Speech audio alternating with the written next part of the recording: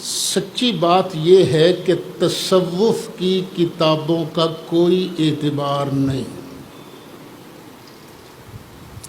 فتاوی رضویہ شریف میں اعلیٰ حضرت نے اس کی تصریح فرمائی ہے۔ تصوف دیکھیں نا، آج کل پھر بھی پریس ہیں، ایک مرتبہ کتاب لکھی گئی، چھپ گئی ہزاروں کی تعداد میں۔ اس وقت کون سے پریس ہوتے تھے؟ قلمی نسخے ہوتے تھے۔ بخاری شریف کے کئی نسخے ہیں، اس لیے کہ چھپی جو نہیں تھی تو لکھی ایک نسخہ اس کا، موطا امام مالک کے کئی نسخے ہیں۔ تو تصوف کی کتابوں میں جو بات قرآن و سنت کے مطابق ہوگی اسی کو مانا جائے گا، جو بات کتاب و سنت کے خلاف ہوگی اسے الحاقی عبارت کہہ کر رد کر دیا جائے گا۔ تو وہ جو کشف المحجوب میں یہ جو دو باتیں لکھی گئی ہیں نا، صاحب اور شکر والی، یہ حضرت زینب والا واقعہ، اور یہ سب بالکل غلط ہے۔ یہ اس کو ماننا یہ واقعی سرکار کی گستاخی ہے۔ انجینئر صاحب کو غلطی ایک یہ لگی، تم چھپاتے کیوں ہو؟ کشف بھی ہم تھوڑی چھپاتے ہیں۔ اب جو بھی چھاپے گا اس کے اندر یا پھر اس کے حاشیے میں کچھ لکھے گا یا کسی اور جگہ تردید کر دے گا۔ تو پیر کرم شاہ صاحب نے ضیاء القرآن کے اندر جب تردید کر دی ہے اس کی تو بات ختم ہو گئی۔ اب خام خواہ اس پر ضد کرنا یہ ان کے لیے مناسب نہیں۔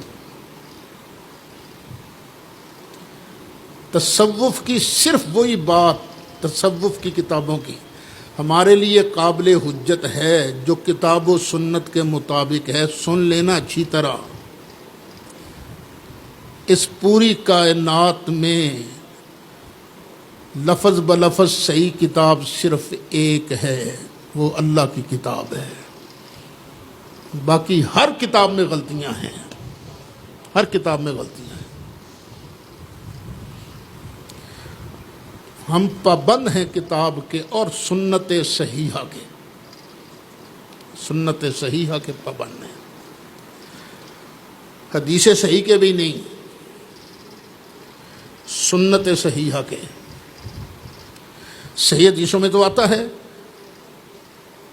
کہ شروع کے اندر جب نماز ہوتی تھی تو آن کے وہاں کنویں رکعت چل رہی ہے بھائی، پوچھا جاتا تھا یہ حدیث ہے لیکن کیا اس پر عمل ہوتا ہے؟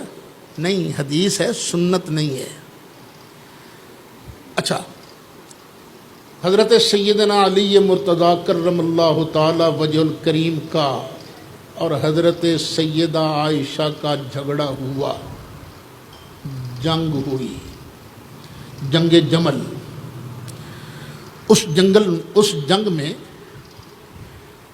حضرت عائشہ صدیقہ کو بھی حفاظت میں لے لیا گیا، فتح حضرت علی کے لشکر کو ہوئی۔ اب کئی لوگوں نے کہا یہ جو ہے نا دوسرے گروپ والے، عائشہ کے گروپ والے، ان کا مال بھی ضبط کرے، ان کو کافر قرار دیں اور ان کے مال کو مال غنیمت بنائیں۔ پتہ مولا مرتضیٰ نے کیا جواب دیا تھا؟ اگر ان کو کافر کہیں گے، مال کو مال غنیمت کہیں گے، تو ان کی عورتوں کو لونڈیاں بھی بنائیں گے۔